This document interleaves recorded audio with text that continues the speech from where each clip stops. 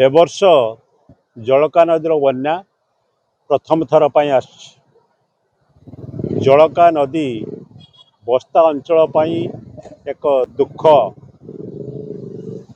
प्रत्येक वर्ष 3-4 थर बन्या आसे। ए आजिकार बन्यारे बहुत क्षति ग्रामर रास्ता ग्राम रे बहुत घर भांगी एवं ग्राम रे जो रास्ता जाइए से रास्ता संपूर्ण नष्ट होइछि।